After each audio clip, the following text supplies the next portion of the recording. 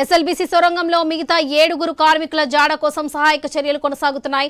ప్రమాద స్థలంలో చివరి 40 మీటర్లలో తవ్వకాలు జరిపేందుకు రెస్క్యూ బృందాలకు సైతం ప్రమాదం పొంచి ఉండగా ఇందుకోసం రోబోలతో ఆపరేషన్ చేపడుతున్నారు. ఇప్పటికే సొరంగంలోకి ఆటోమేటివ్ స్లడ్ రిమూవల్ రోబో మిషనరీని తీసుకెళ్లారు. దానికి అనుసంధానంగా పనిచేసే వ్యాక్యూమ్ ట్యాంక్ ను సొరంగంలోకి తరలించారు. దీని ద్వారా వేగంగా బురద మట్టిని కన్వేయర్ బెల్ట్ మీదుగా బయటకు తరలించవచ్చని భావిస్తున్నారు.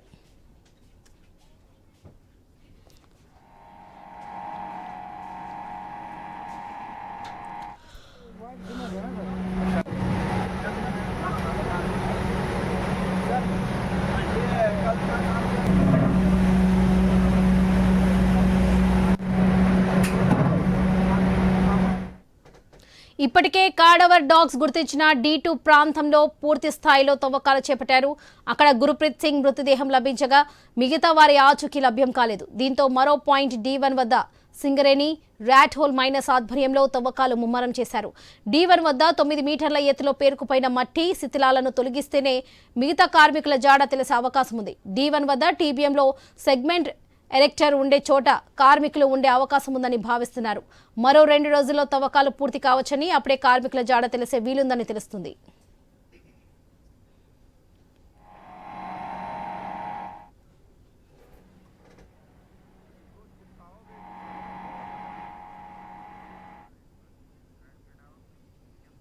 ఎస్ఎల్బీసీ సొరంగంలో మిగతా 7 కార్మికుల జాడ కోసం సహాయక చర్యలైతే ముమ్మరంగా సాగుతున్నాయి. ప్రమాద స్థలంలో చివరి 40 మీటర్లలో తవ్వకాలు జరిపేందుకు రెస్క్యూ బృందాలకు సైతం ప్రమాదం పొంచి ఉండగా ఇందుకోసం రోబోలతో ఆపరేషన్ చేపడుతున్నారు. ఇక ఇదే విషయానికి సంబంధించి మరిన్ని అప్డేట్స్ మా ప్రతినిధి వెంకటేష్ అందిస్తారు. వెంకటేష్, వరలక్ష్మి, ఎస్ఎల్బీసీ వద్ద 23వ రోజు కూడా సహాయక చర్యలు అయితే కొనసాగుతూనే ఉన్నాయి. 8 మంది అందులో చిక్కుకొనగా ఒకరు 16వ రోజున గురుప్రీత్ సింగ్ అనే మృతదేహం బయటపడ్డది. మిగతా 7 కార్మికుల కోసం అయితే సహాయక చర్యలు అయితే ముమ్మరంగా సాగుతున్నాయి.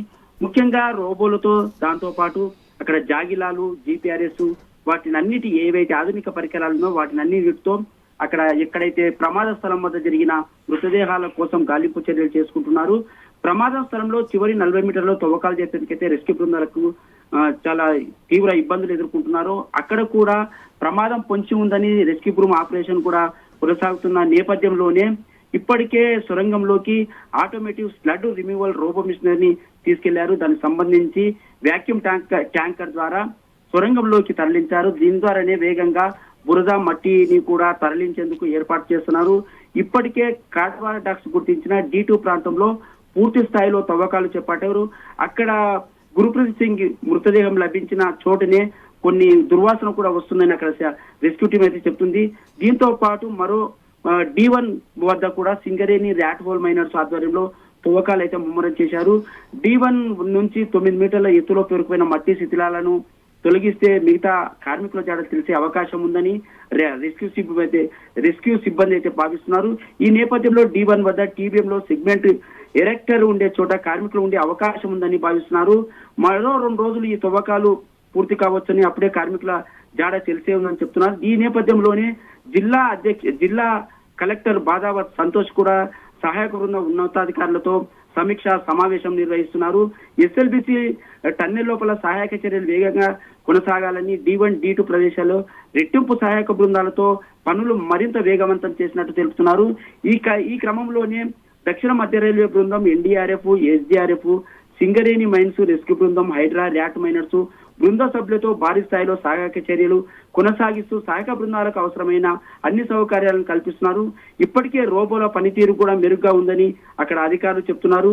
ఎక్కడైతే ప్రమాదం జరిగిందో అక్కడ చిక్కుకున్న వారిని ఖచ్చితంగా గుర్తించే అవకాశం ఉంటుందని, ఆధునితమైన సాంకేతిక పరిజ్ఞానంతో పాటు టన్నెల్ ప్రమాదంలో నిర్వహించే నిపుణుల నుంచి సలహాలు, సూచనలు స్వీకరిస్తూ టీం అయితే ముందుకు సాగుతుందని చెప్పవచ్చు.